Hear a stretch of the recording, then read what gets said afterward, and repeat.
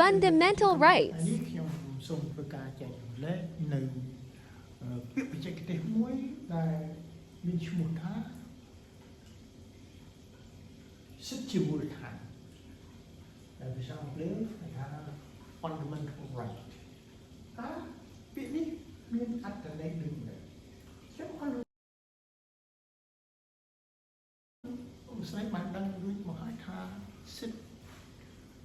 ជាមូលដ្ឋានទាំងអស់មានប៉ុន្មានបាទôngស្រីអាចចាំបានទេ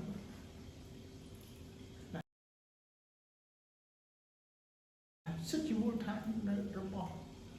មនុស្សនៅក្នុងពិភពលោកមាន4បាទមាន4បាទសិទ្ធិខ្លះបាទ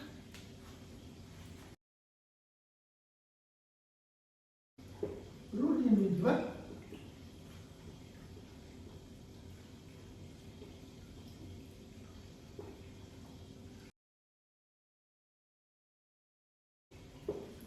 អញ្ចឹង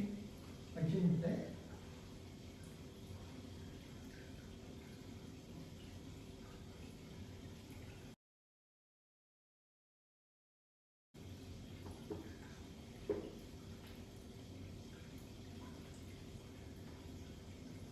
សិទ្ធិដែលហៅដោយស្រី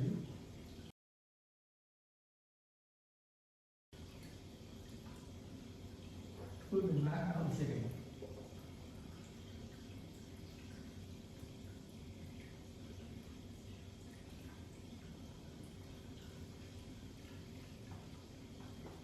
និង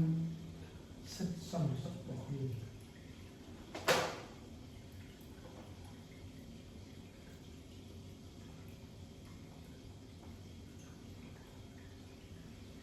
ចាស់សិទ្ធិទាំង4នេះវាមានសំខាន់ណាស់មនុស្សគ្រប់រូបកើតមក